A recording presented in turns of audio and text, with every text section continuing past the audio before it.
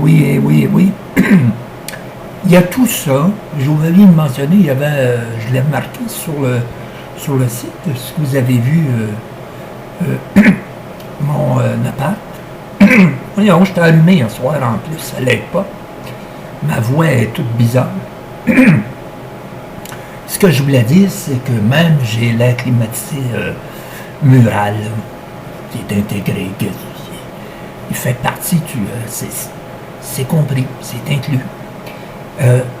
Dans le salon privé qu'on a là-bas, on sort de l'appart et il y a une grosse table de poule pour ceux qui veulent jouer. Il y a un salon en cuir, des sièges bourrés, une grosse télé sur le mur que vous pouvez regarder la télé avec d'autres gens, puis s'asseoir, puis jaser. Une espèce de rencontre pour rencontrer les autres. Des fois, on jase de toutes sortes de niaiseries, mais on s'amuse. Et ça, c'est ce qu'on appelle un endroit récréatif.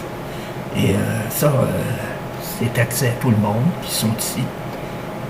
Les gens qui veulent jouer au pool, au billard, si vous préférez. Et tout ça est inclus dedans. Et moi, je ne suis pas un joueur de billard. J'ai joué quand j'étais jeune, mais j'aime pas ça. Fait que chacun ses goûts. Hein. Et en tout cas, on peut partager comme ça. Il y a des soirées aussi spéciales où là, il y a une personne qui a partie de l'activité vient soit par appelé au téléphone ou vient à la porte pour nous dire il y a un souper. Et pour toutes nous autres, tu rencontres tout le monde mange ensemble. Et ça, une fois de temps à autre, ça, une fois par mois ou quelque genre, style comme ça. La dernière fois, c'était dehors. C'était pas des grosses affaires. On a mangé des hot dogs. Mais avec gâteau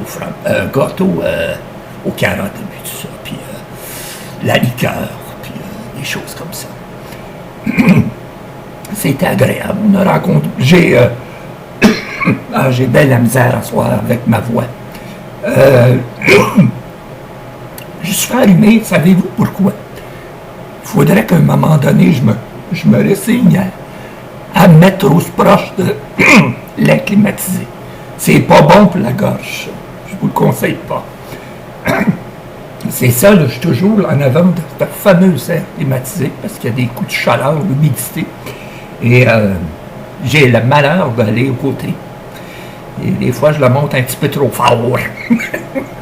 Même mon chat, il se crame de là, puis il s'en va se coucher sur le lit parce qu'il n'aime pas le fret.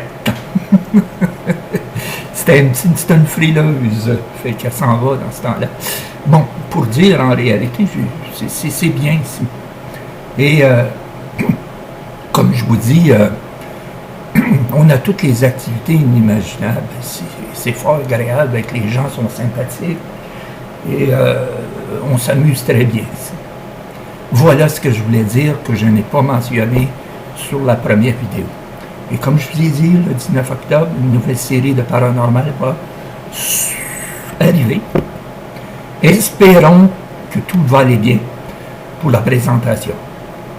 D'ici là, on se donne des rendez-vous aussi pour gérer de nouveaux objets pour le paranormal qui devrait arriver vers la fin octobre. Des nouvelles choses, des nouveaux objets. 2023-2024, c'est tout nouveau.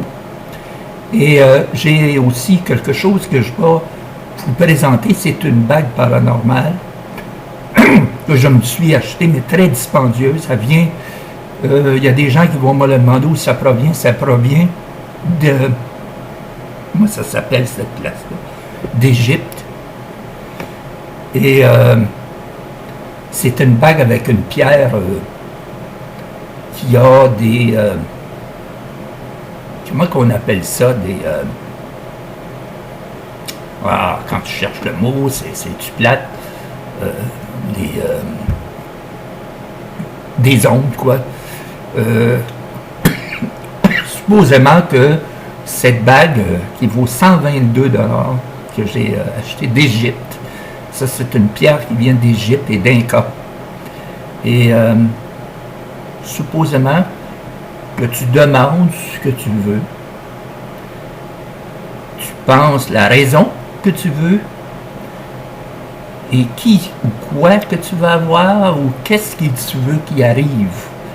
Et tu frottes ton doigt ou quelque chose comme ça, tu frottes ta bague, et supposément, c'est Inca, je pense, c'est ça, je pense, c'est du paranormal Inca, avec une pierre qui vient de là-bas, et ça vient d'Égypte aussi, là, on appelle ça égyptien, en tout cas, j'en parlerai plus tard à ce sujet-là, parce que je vous montrerai ce qu'elle est, cette fameuse pierre bague qui est assez spéciale. Là-dessus, je vous laisse passer une bonne soirée. Bye bye.